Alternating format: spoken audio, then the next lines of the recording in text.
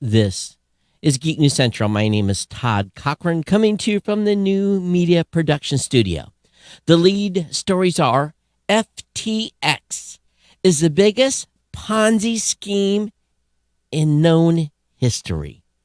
Artemis will try again at about 1 o'clock in the morning on Wednesday. Google to pay $392 million settlement over privacy issues. Amazon is going to cut up to 10,000 employees. I want to welcome you to episode 1633 of the Geek News Central podcast for Monday, November 14th. This show is sponsored in part by GoDaddy.com and listeners just like you. Great deals from GoDaddy can be found at geeknewscentral.com/GoDaddy. You can support this show today at geeknewscentral.com/insider by becoming a Geek News Central Insider. Hey, I want to just give a huge shout out to all the new listeners of the show. Thanks for being here. Thanks for coming over. Make sure you go over to geeknewscentral.com. Follow or subscribe to the show from the geeknewscentral.com website. Of course, we want you to sign up for a newsletter. That link's on the website as well. Get delivered to your inbox immediately following the show everything that I'm going to cover in this podcast. You can also, of course, join our chat room. It's a Mastodon. That's a cool word right now. Mastodon chat server at geeknews.chat. Request an invite. It's now no longer strictly open. We had too many, what would you say, it non-GNC listeners going over there and signing up, or friends of mine. So make sure you put in a request and I'll approve it. Of course, you can be on our Discord server as well. That link is in the show note at geeknewscentral.com. You can always contact me via email, geeknews@gmail.com, or on Twitter at geeknews. You can follow me on Facebook just by searching for my name, Todd Cochran. Partner shows are all linked at geeknewscentral.com. Includes the New Media Show, the Gadget Professor, the GNC Week in Review with Scott and Kirk. Definitely check those shows out. Get subscribed to them. The New Media Show is everything you ever want to know about podcasting. Of course, this show is sponsored by the longest-running continuous sponsor of a podcast. That's our good friends over at GoDaddy.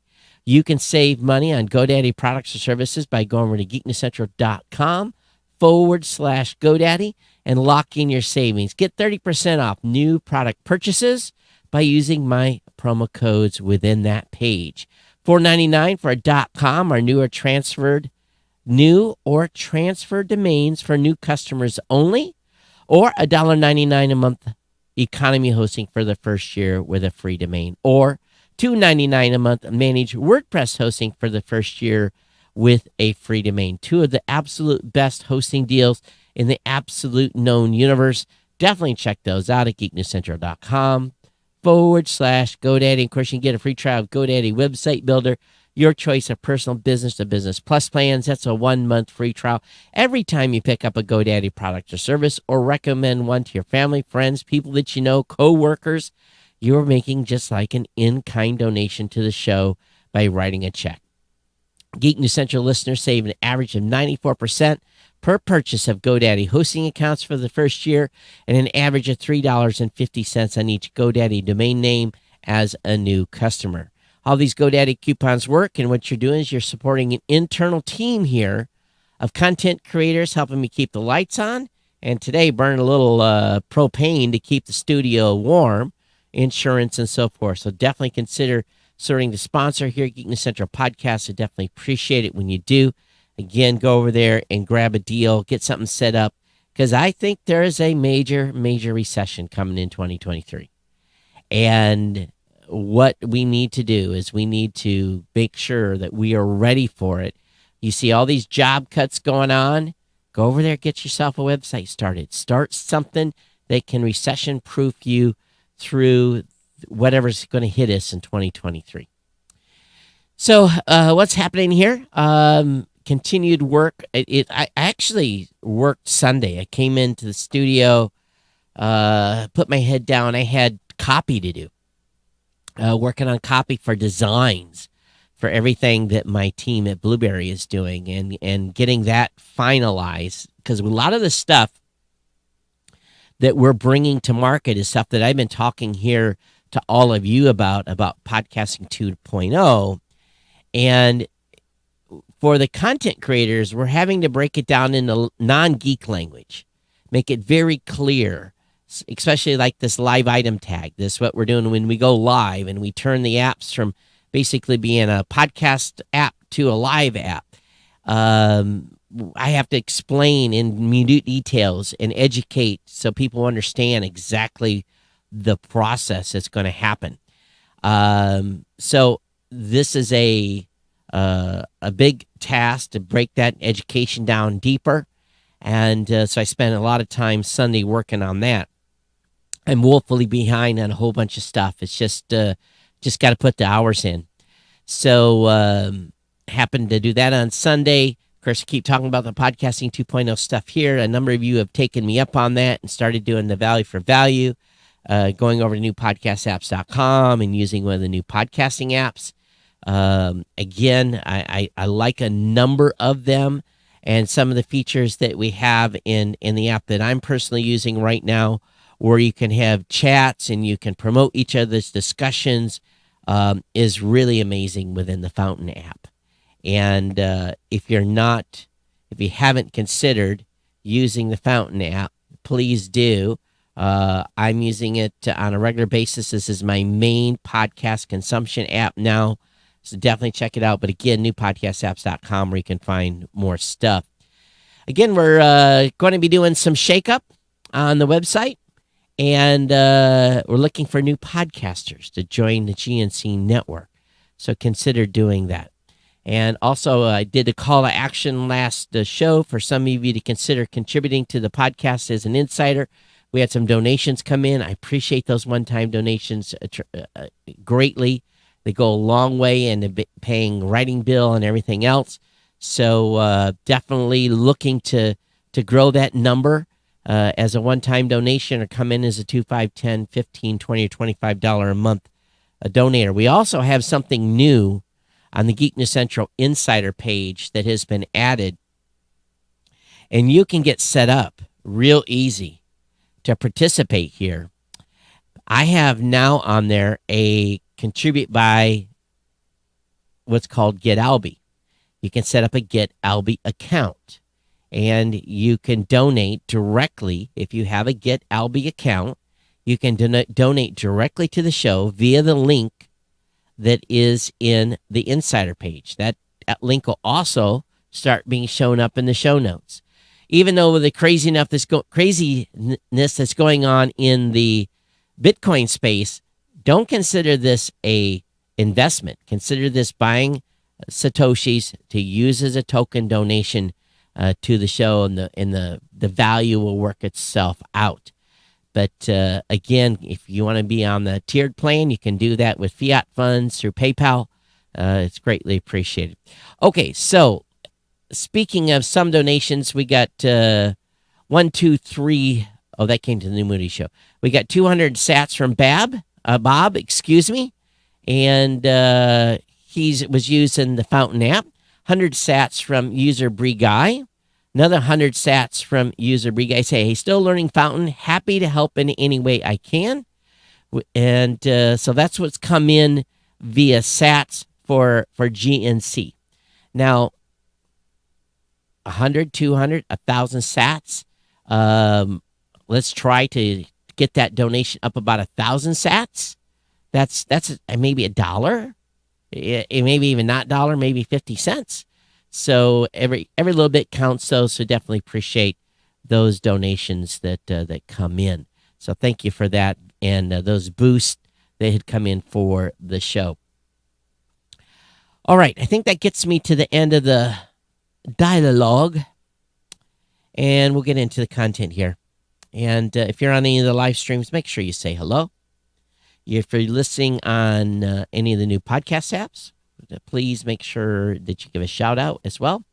We're at live.geeknewscentral.com as well, or on Facebook, YouTube, Twitter, Twitch, the whole 9 yards. NASA says they're ready. They're ready to go. Barring technical issues and Florida weather, Artemis 1 will launch midnight Wednesday on a 15-day, 1.3 million mile journey. at 1:04 a.m. Eastern, we're going to have this moonshot. There's going to be no humans on board, but they're going to go to the moon and back, marking a 50-year gap since the last time we have sent, or NASA has specifically sent anything near this to the moon. So this is awesome to see what happens here, and we'll see if they can light that rocket and get it off the pad and do what it's supposed to do. There's a lot of pressure.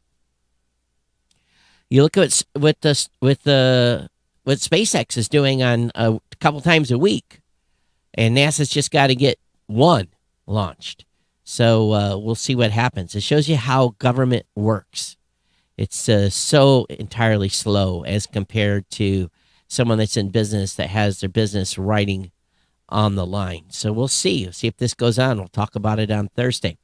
Google's going to pay $392 million to 40 states and largest ever U.S. consumer privacy settlement. And they accused the company of misleading users into believing they turned off location tracking in their settings, but Google continued to collect information about their movements. As part of the settlement, Google's agreed to significantly improve its location tracking disclosure and user controls starting next year.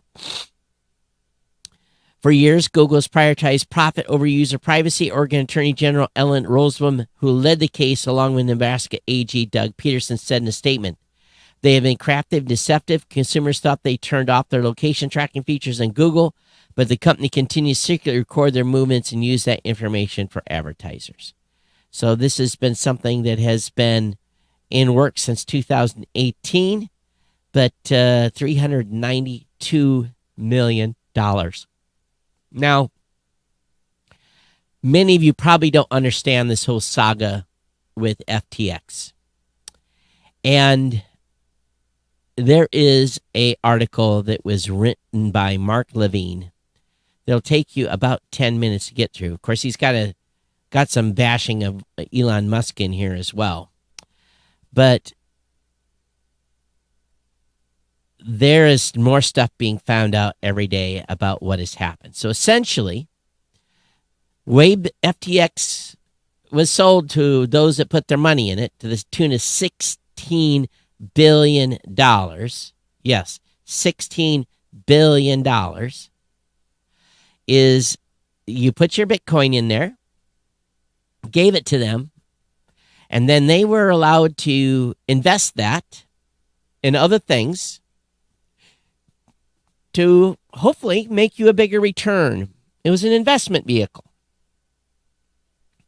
Well, a company that was, in my understanding, largely based out of the Bahamas, out of the reach of U.S.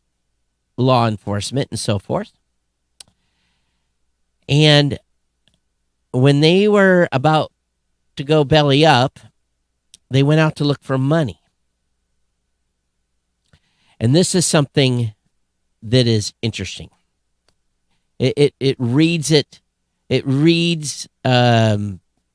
like idiots were in charge of this thing.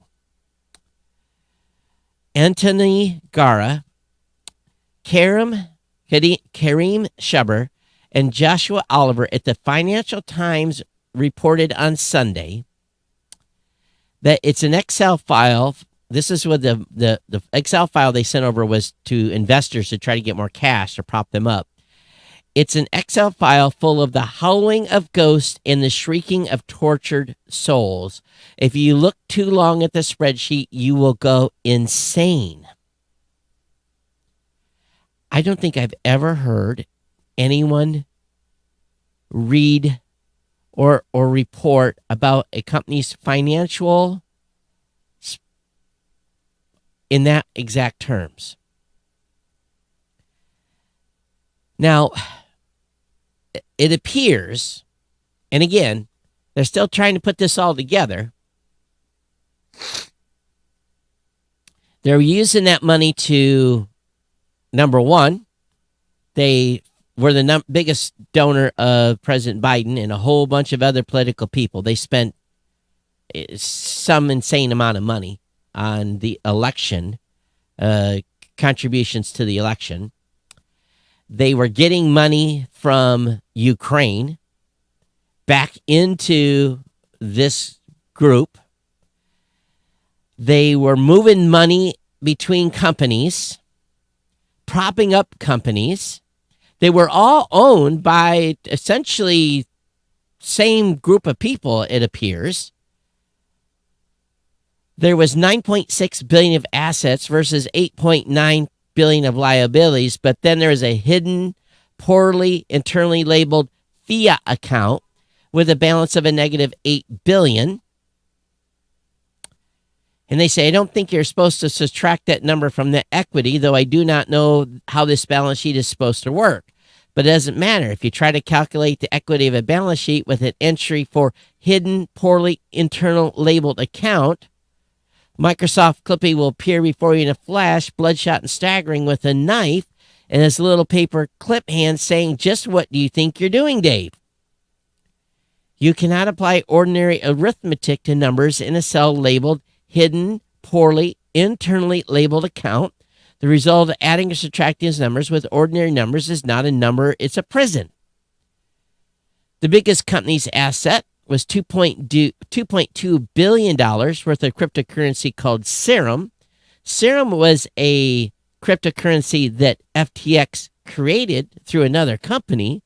Serum's market value was only $88 million on Saturday, according to data provider Crypto Compare. Apparently, they gave out 3% they made 3% of the crypto available to the public and bought 97% of their own, but it doesn't explain where the money's gone. So ultimately, if you read through this, it is like, oh my God, Keystone Cops. I mean, it's bad. It's like, where did 15 or 16 billion dollars go? Or 5 billion from the week before. It's they can't figure it out where all this money went. They said some of it was stolen. That's always the thing, right? We lost 5 billion because that was stolen. Someone hacked us and stole it.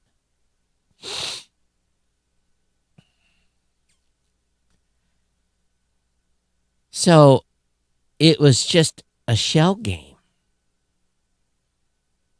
If you think of a token as more or less a stock and you think of a crypto exchange as a securities broker there, this is completely insane. If you go to an investment bank and say, lend me $1 billion and I will post $2 billion of your stock as collateral, you're messing with very dark magic, and they will say no. The problem with this is that it's the wrong way risk. It is also at least sometimes illegal. If people start to worry about the investment bank's financial health, its stock will go down, which means its collateral will be less valuable, which means its financial health will get worse, which means that stock will go down. It's a death spiral. They were shocked that one of the main assets of FTX, one of the main assets relied on to pay out customer balances, they only had $900 million in token cash.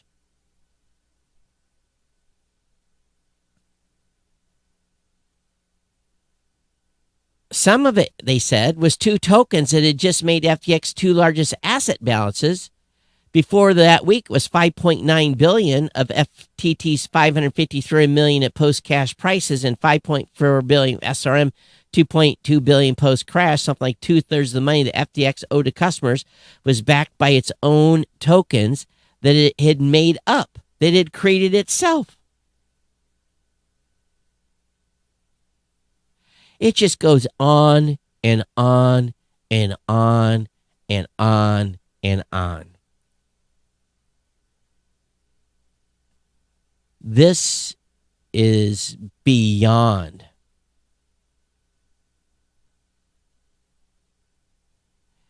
You start with a company that builds a box and practice in this box. They probably dressed it up, look like life-changing, world-altering protocol that's going to replace all the big banks in 38 days or whatever.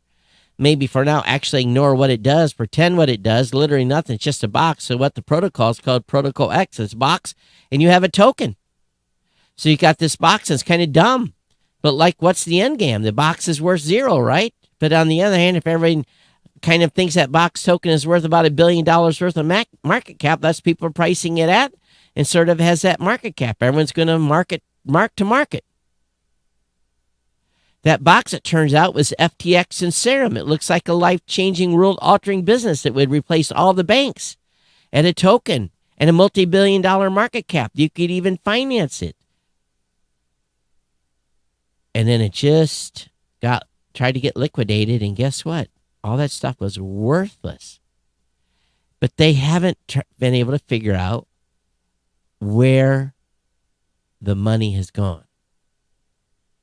At least $1 billion of customer funds have vanished from collapsed crypto exchange FTX. The exchange founder Sam Bankman-Fried secretly transferred $10 billion of customers' funds from FTX to Bankman-Fried's trading company Alameda Research, which was the backer of Serum. Alameda's research chief executive and senior FTX official knew that FTX had lent its customers money to Alameda to help it meet its liabilities. Alameda faced with a barrage of demands from lenders after crypto hedge fund 3 Arrow Capital collapsed in June, creating losses for crypto brokers. So they think they used that money to hedge that up. Alameda had taken out loans to fund liquid venture investments. So they've got they've got 5 scenarios of what could have happened to all this money. So here's the bottom line. And this is what's important. Bitcoin is decentralized. There's no name behind it. It runs autonomously. It can't be controlled or manipulated by, and Bitcoin itself can't be manipulated by an individual. It can be affected by groups like this. But Bitcoin itself is decentralized. But whenever you have something that is touching crypto or creating crypto that has a human element to it, has a human CEO, that is no longer decentralized. That is centralized. And that is where just good old normal human greed, cook the books, change the numbers, put a little over here to cover a little over here, to move a little over here, do the shell game thing to make things look good, siphon some money off for political parties, maybe get some money in from the Ukraine to help cross fund for billions of dollars going to Ukraine. This is crazy. This thing is where we will never know where all the bodies are buried in this.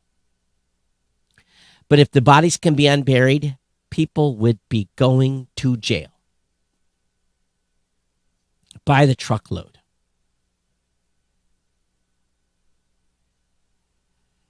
All of this is because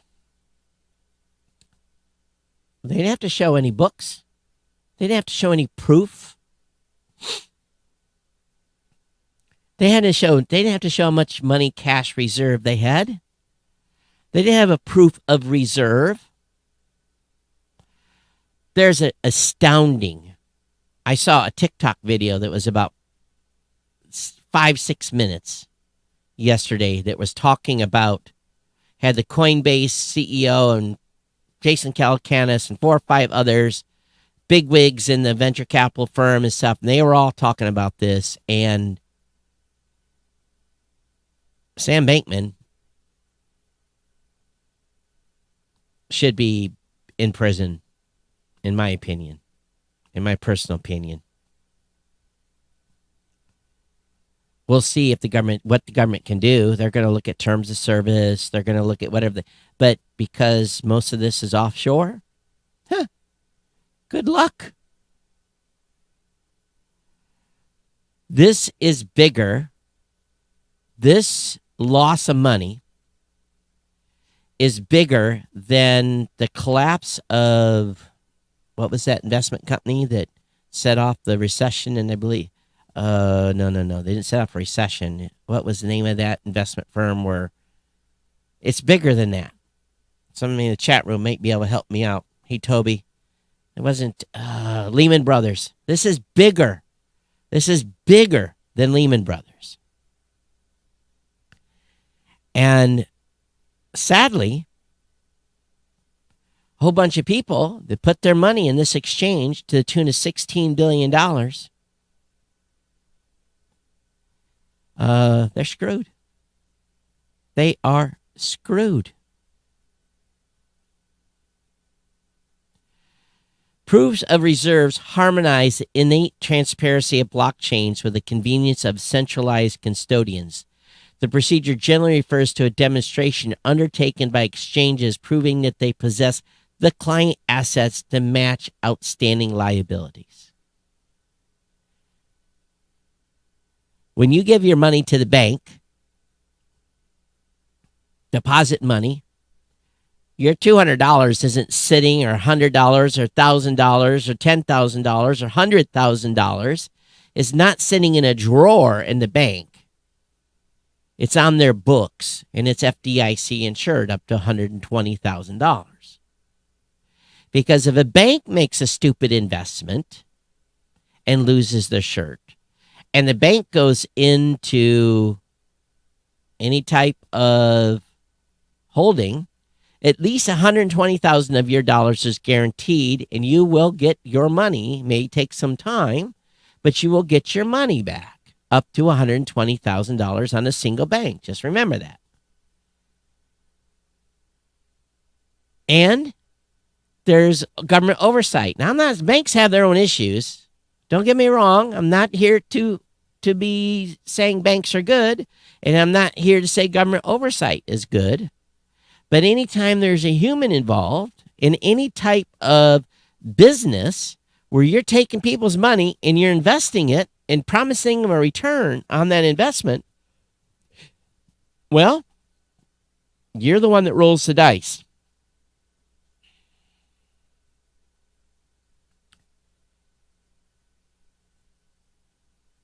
So a number of exchanges, I'm not even going to list them because I don't trust any of them, have indicated their intention to publish a proof of reserve. A few have taken the intermediate steps of releasing wallet addresses as a crude proof of asset. But this is incomplete without corresponding liabilities. The asset side is trivial. It can involve publishing wallet addresses or signing a transaction. The tricky part is matching the assets with the outstanding liabilities. To achieve that, an exchange adds up all the user balances, anonymizes them, and publishes the data in a report. From there, depositors can verify that they're included in the liability set. If enough do this, they can have strong confidence the exchange isn't cheating by omitting liabilities. And the process happens under the eye of an auditor. Users gain assurances that no liabilities are being excluded. If you have $16 billion worth of people's money and only $900 million to cash out, when things go sideways, people are going to get screwed. At least $15.1 billion worth, and probably much more than that. And a little creative hacking, and you wipe off $5 billion of your supposed cash balance, well, probably didn't exist anyway. Just some accounting stuff. They're never going to be able to figure this out. There's a lot of people involved here. A lot of people involved. A lot of shells have been moved. A lot of people know where the dead bodies are buried, and they're running very scared because they've been part of this Ponzi scheme. Don't put your money in one of these exchanges. Do not put your Bitcoin or crypto in any of these exchanges. Store your Bitcoin on a device that you can put in your safety deposit box. Cold storage is the only safe place for your coins. It's the only place it's safe. Put a little money on Coinbase or different places, that's okay. Have a little play money over there to pay some expenses and do some things.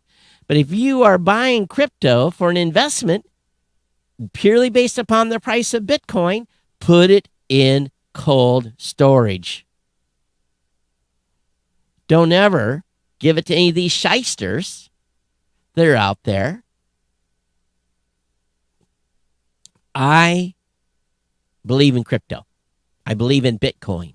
Let me correct myself. I believe in Bitcoin. I don't believe in any of this exchange stuff. There are processes in place now where someone can use a financial institution that we all recognize and make a donation to this show. It's converted to crypto, to Bitcoin, Satoshis, and then I can cash that out in the same day. It makes the full transaction, makes the full loop going from financial Bitcoin to financial in a single day. There's companies are starting to do that where you can move the money from a donation standpoint if you want to donate that way, or just do it via PayPal. Straight fiat to fiat. Most people are worried about getting their money out. You can get your money out. There's lots of ways to get your money out. It's an amazing time. But this whole thing, wow, there's ramifications are going to go on for years on this one. Do you have any money in FTX? Care to say how much? Do you want to tell? Do you know friends that had money in FTX that are now devastated? Love to hear from you. Geeknews at gmail.com. Geeknews at gmail.com. Amazon's going to do a sweeping layoff that apparently up to 10,000 employees, corporate employees. So Amazon employs 1.5 million people globally, so this isn't that big of a hit. 3% of its corporate workforce and represent the largest reorganization in Amazon's nearly 30-year history. So Twitter, Meta, Amazon, lots of people looking for jobs right around Christmas time. Merry Christmas. Twitter engineers call out Elon Musk for technical BS and an unusual career move. Apparently, an Android software developer at Twitter called out Elon on what Elon was quoting. And some thinks that Elon may have been fed some bad information by someone over there. And not surprising, because I could see Twitter engineers trying to sabotage him at this point. But this engineer, Eric Fraunhofer, does somebody a bit of career roulette. He said he spent 6 years working on Twitter for Android and can say this is wrong. This was a post that Elon had made. And he said, Musk returned, then please correct me. What is the right number? Perhaps it was not the number of RPCs or remote procedure calls that was the issue at all. Fraunhofer pointed out this team had done a bunch of work to improve performance. Agreed there's plenty of room for performance improvements on Android overhead. I don't think the number of requests is the primary issue. I think there are threes in the app is slow. First, it's bloated with features that get little usage. Second, we've accumulated years of tech debt as we've traded velocity and features over performance. Third, we spent a lot of time waiting for our network responses. Frankly, we should probably prioritize some big rights to combat 10 plus years of tech debt. We don't know if he has a job or not. And there was a later tweet that implied he may not. So we'll see. And of course, Twitter storm continues. Of course, Elon was trolling a senator this weekend, demanding answers on Twitter's fake account scandal. And so Eli Lilly, Senator Ed Markey, Democrat in Massachusetts, who knew he was behind the parody account, recently impersonating the lawmaker, basically that the Washington Post reporter Jeff Lee Flower had asked permission to create for the senator. Part of the reporter's request to see how it could be to impersonate a public official. And when he found it wasn't that hard to launch a fake account, as soon as that Fowler confirmed with ease which any public official could be impersonated, then the senator used his real Twitter to call out Musk. So they set him up. So anyway, I think Elon responded and said he was being a troll. So I'm sure that doesn't help things. But they've stopped letting you buy the $8 account for now, as they're working on trying to probably improve the process. Spend the most entertaining time on Twitter in many, many years. I'm still there. I'm not leaving. Nike's big push into the blockchain starts with swoosh.swoosh. They bought a top-level domain for a big amount of money. It's a blockchain-based platform that let members collect and eventually create virtual jerseys, shoes, and other goods they can wear in games and other online spaces. Boo, hoo, dumb, stupid things. Don't spend your money on this stupid stuff that has no value. It's just some digital junk. Digital collectibles junk. Junk. Buy yourself some Nike shoes that have value and you can resell later. There's an actual market for that, not for some digital collectible jewelry stuff. And I wear Nike tennis shoes. That's my brand. The stupidest thing ever. Come on, Nike. You really? Really? Dumb. Jeff Bezos, on the other hand, has announced he plans to give most of his money away to charity. He says most of the money will go towards climate causes and unity for humanity. Okay. He currently is worth $124 billion. Of course, he's took a little hit this year due to stock. So we'll see. Space Force spunky space plan lands after 908 days in orbit. The little itty-bitty one has landed. It's back on the ground. And whatever they were carrying, I'm sure was very classified. Although there is some information about what it was carrying, some safe stuff for the National Research Lab. Or was it NRL or NRO? Let me look. Well, anyway, I've got the link here to the article. But 908 days is a record for that particular space vehicle. So those of you in Florida got to hear a double sonic boom. So again, the X-37B is back on the ground. They had two articles for that. We'll kill that one. Oh, it is said that Elon did say he fired that engineer who corrected him on Twitter. Of course, people are said, oh, you can't handle criticism. Well, you know, probably not a good time to be calling the boss out. You know, you criticize privately, you praise publicly. And typically, if you fire someone, you don't do that so publicly either. But, you know, I'm not Elon Musk. Amazon's Alexa caregiver service now allows customer alerts. You can find out when a loved one opens a medicine cabinet. Oh, really? Caregiver service is now more useful. You want to know how loved one's specific activities. Companies added custom alerts to ping up to 10 caregivers when the particular smart home activity. You'll know if the care receiver opened a sensor-equipped medicine cabinet, for instance, or whether the bedroom light turned on at the right time in the morning. You can enable custom alerts through the More section of the app. Costs $20 per month or $199 a year and requires at least one Echo device. So there we go on that. Hulu with live TV adds 14 new channels ahead of next month's price increase. Notable additions include the Weather Channel and the Hallmark Channel. So, again, price is going up, but they're giving you 14 more channels. I didn't know Hulu actually had, like, channels. Waymo is using its self-driving taxis to create real-time weather apps. The other will help improve Waymo's robo-taxi service and basically using the taxis as weather gauges. They have a car sensor array creating real-time weather maps to improve ride-hailing in Phoenix and San Francisco. Of course, in Phoenix, it's just sun, and more sun, and maybe San Francisco, it's just gray skies, and rain. U.S. Department of Interior is seeking a single vendor for a $1 billion cloud contract. Plan is to consolidate Washington, D.C., and cut cost and carbon under one CSP to rule it all. So, according to final request, they want a single indefinite delivery, indefinite quantity contractor would deliver cloud hosting across the Department of Labor. Interesting. $1 billion?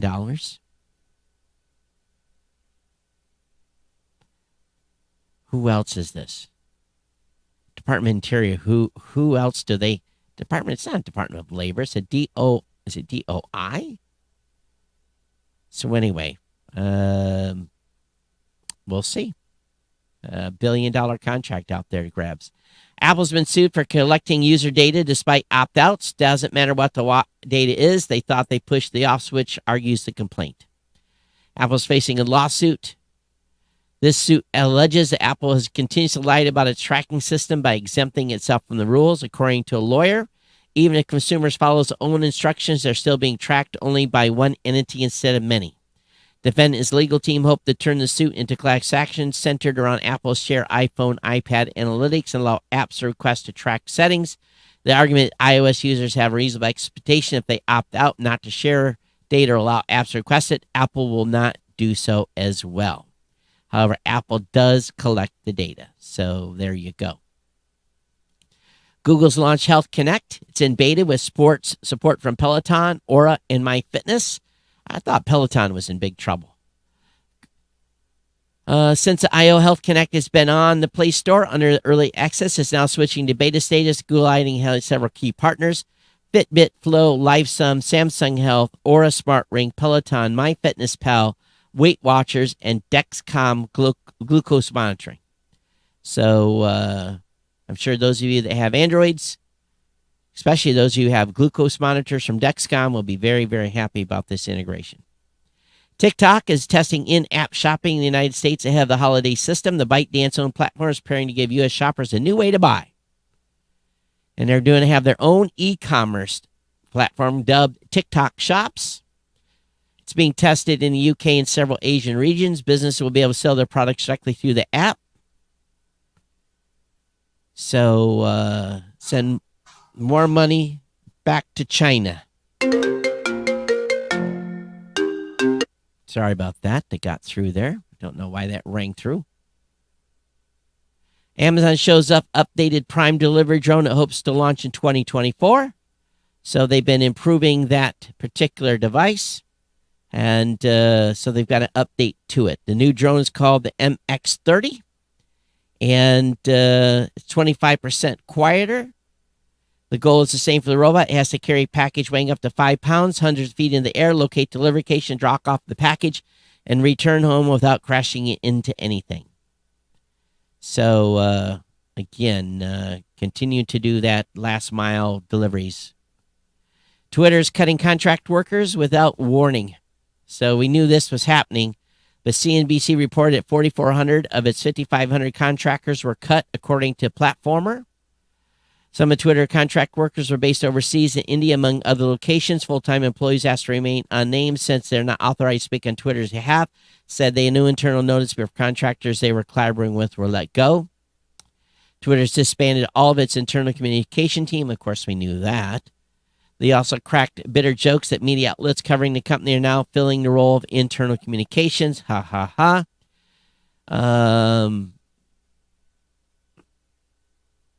So basically, these were just because we're expected to have an impact on content moderation and the core infrastructure services to keep the site up and running. So we'll see.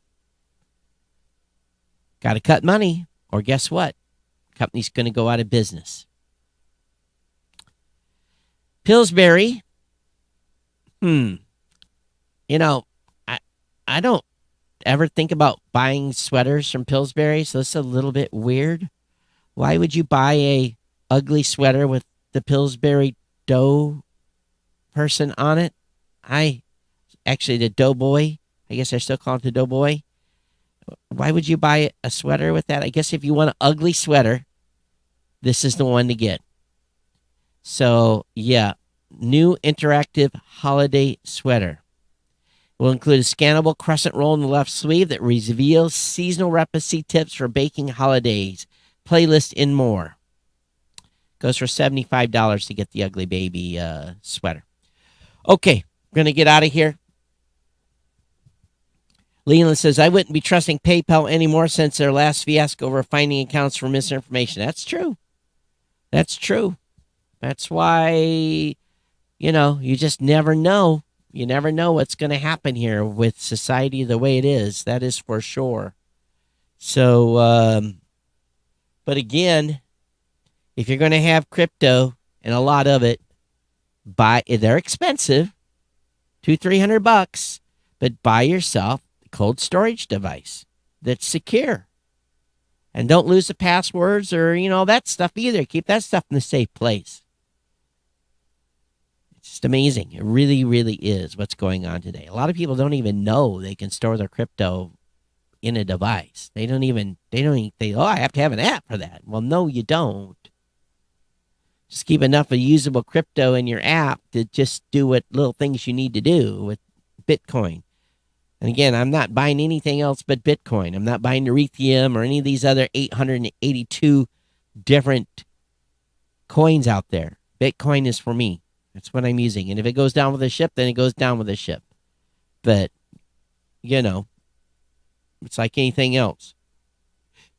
Buy at your own risk. All right. As you know, geeknews@gmail.com, geeknews@gmail.com, @geeknews on Twitter. It's been my pleasure to bring you the show tonight.